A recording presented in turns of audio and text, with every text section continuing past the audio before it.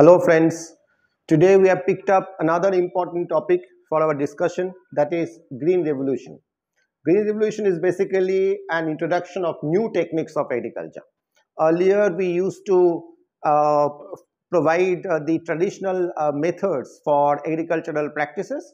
Now in green revolution, for the first time we introduce something new for increasing the productivity in the field of agriculture. Now, before you talk about the different aspects of Green Revolution, some of the important names which are associated with Green Revolution should be kept in mind, because these are the points which may be asked in your prelims examination. The first one is Dr. Norman E. Borlaug. He is known as the father of Green Revolution. And then we have M.S. Swaminathan. He is the father of Indian Green Revolution.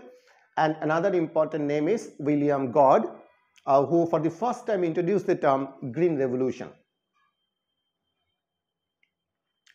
Now, what is Green Revolution? Just see, Green Revolution, it was basically centered around the high yielding variety seeds, HYV seeds, which was developed by the US agro scientist Norman E. Borlaug, doing research on a British Rockefeller Foundation in Mexico by the early 1960s.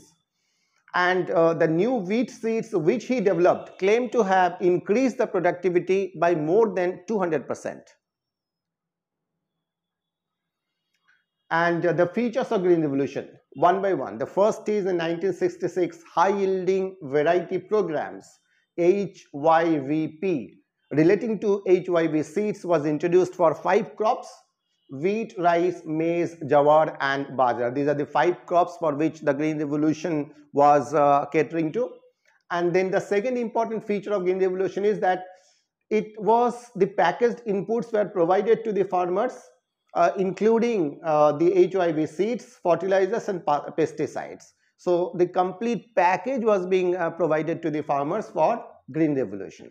And the third important aspect is multiple cropping was taking place during the period of Green Revolution, which actually resulted in larger productivity and larger production of crops.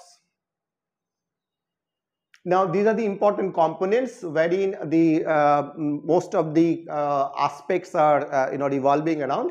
The first is HYV seeds. As you see, it is popularly known as dwarf variety of seeds. The size of the plant will be small. Why the size of the plant will be small? One of the reasons is that nutrients supplied to leaves and stem was less, and nutrients supplied to grains was more. So when nutrients supplied to the leaves and stem was less, so obviously the size of the plant will be small, and then the nutrients supplied to the grains is more, and therefore the productivity will be higher, because the productivity will be higher because more nutrients are being supplied to the grains. And these seeds are non-photosynthetic, that means not dependent much on the sun rays. So this is the important features of HYV seeds.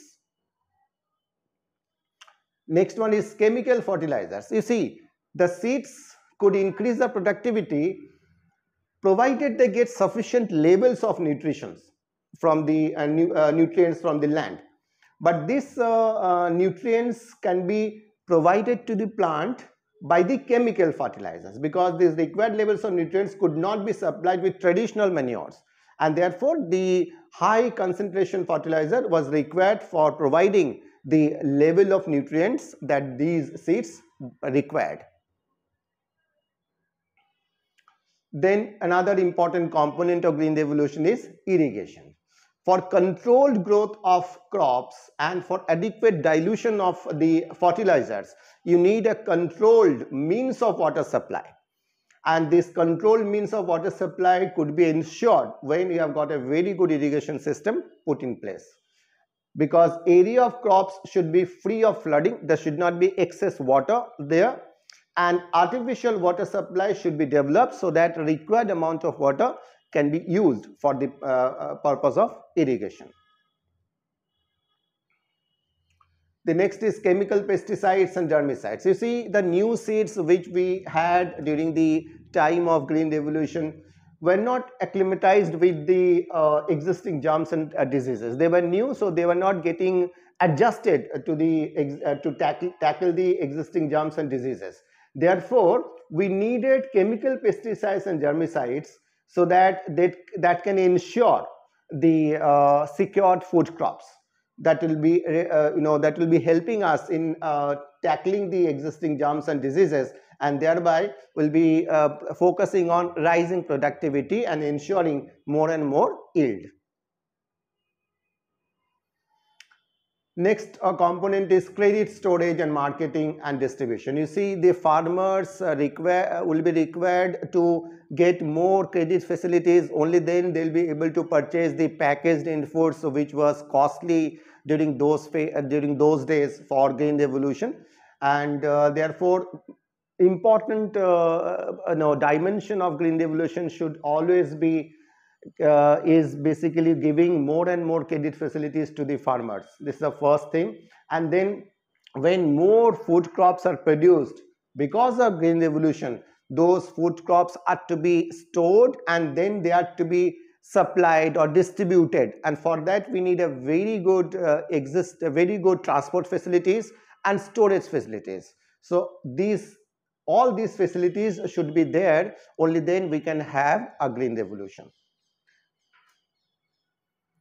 Now the impact of Green Revolution. One is socio-economic impact. Here you see, after Green Revolution, food deficient country got converted into food sufficient country, and therefore we ensured more and more food crops for the starving masses, and then from food sufficient country we became food exporting country. So this is the transformation that took place after Green Revolution.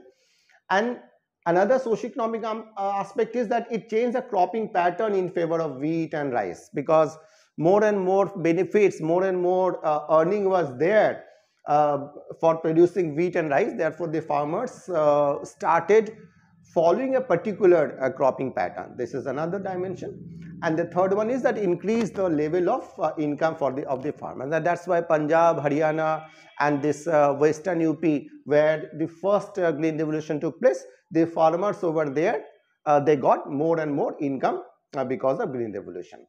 And next one is it increased the inequality between the large farmers and small farmers. As we have just seen that HYV seeds or the packaged inputs can be bought only when the farmers have got more money. As a result, only the large farmers could take the advantage of that packaged inputs, and small farmers could not get that, and therefore the inequality increased. This is about the socio-economic impact of Green Revolution. The last is ecological impact. Of course, soil degradation and decrease in fertility took place because repeatedly following one particular cropping pattern and intense agricultural practices and more salinization resulted in soil degradation and decrease in fertility. This is first ecological impact. And water table falling down because HYV seeds required huge amount of water, and as a result water level kept falling. Eutrophication is another one, wherein because of excessive nutrients, plentiful growth of algae and plankton took place during in the water bodies, which resulted in depletion of oxygen level in the water, and the water body became dead zones. So this is another problem that we had because of Green Revolution. And the last is toxic level in food chain. Use of fertilizers, use of pesticides resulted in rise in a toxic level in the food chain, which was harmful for the human beings. That's all we have for today in Green Revolution. Thank you.